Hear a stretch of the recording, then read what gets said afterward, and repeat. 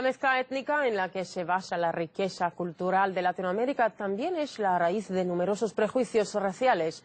El abismo social entre diferentes comunidades obliga incluso a algunos a recurrir a cirugía estética. Una diferencia que se ve incrementada por los medios de comunicación y el mercado de consumo. Gonzalo Guancha nos acerca a sus tácticas. El racismo es la exacerbación del sentido racial de un grupo étnico, especialmente cuando convive con otro u otros. Una pauta social que se padece, pero que raramente se reconoce. Sin embargo, eso no sucede en el Perú. Ya, soy peruana, hay racismo, definitivamente. Costa, selva y las 3 regiones hay racismo. Sí veo que hay racismo, bastante. Yo trabajo en el aeropuerto y hay bastante racismo. Hay mucho racismo en el Perú, pero disimuladamente. A pesar de convivir con el racismo, Perú alberga un mosaico cultural que goza de 47 lenguas oficiales y comunidades tan variadas como la indígena, asiática o afrodescendiente. El gobierno de Ollanta Humala ha decretado que los actos racistas serán delito. Sin embargo, las denuncias concretas no pasan de la decena en los últimos años, lo que indica la normalización del racismo en la sociedad. Uno de los grandes problemas que tiene nuestro país es la naturalización y la invisibilización de las formas de discriminación. Está tan naturalizado que no evidenciamos cómo está generando efectos.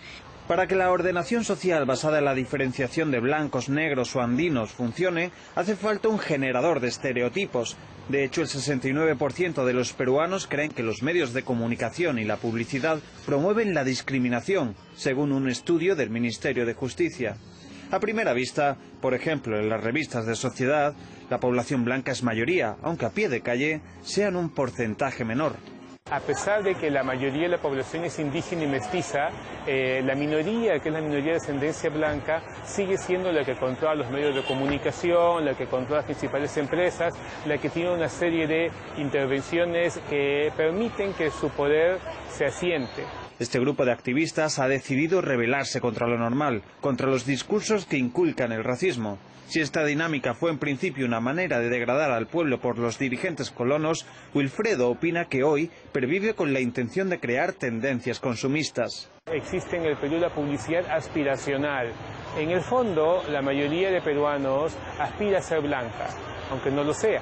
Entonces le atrae y le parece que es como si fuera el sector superior.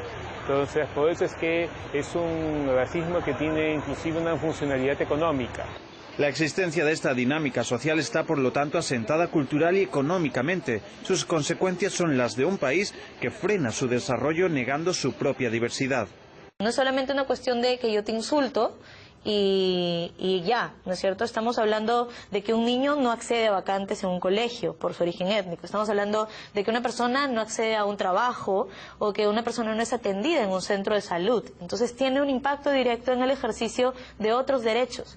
Así es como funciona el racismo. No tiene líderes ni partidos oficiales que lo promuevan, pero está presente, enraizado y normalizado en la sociedad. Al igual que lo está, por ejemplo, este mismo muro que separa en la capital, en Lima, a lo largo de kilómetros, a dos barrios. A un lado están los más pudientes y al otro los más empobrecidos. Es una manera más de recordar a los peruanos que en pleno siglo XXI hay clases y razas diferentes. Gonzalo Guancha, RT, Perú. Para la viceministra de Interculturalidad de Perú, Patricia Balbuena, la lucha contra el racismo debe comenzar a partir de un cambio en los códigos éticos de las agencias publicitarias, pero también en la demanda y la aceptación de estas por parte de la sociedad. Principalmente uno de los canales por los cuales el tema del racismo más se afianza y se reproduce es a través de los medios de comunicación, ¿no? Y básicamente los medios de comunicación se soportan en la publicidad que las empresas colocan en ellas. Entonces ahí lo importante es cómo bajo códigos de conducta o códigos éticos los medios de comunicación pueden autorregularse y ser regulados en el sentido de publicidad que no tenga un contenido racista ni discriminador. Y a su vez las empresas que son los que promueven y los que ponen la publicidad también tengan este código, digamos, de ético para no plantear una publicidad que pueda tener un carácter, digamos, más bien de reafirmar ese estereotipo. No puede haber publicidad, por ejemplo, televisiva, en la cual los personajes de la publicidad sean básicamente blancos, ¿no? O digamos, no hay una percepción de lo indígena de una manera prejuiciosa, ¿no? O que fomenta la imagen de determinados grupos como muy pobres o digamos en una situación básicamente que afecta su dignidad, ¿no? Y creo que ahí no solamente hay que hablar de los medios de comunicación y las empresas, sino también de los consumidores, ¿no?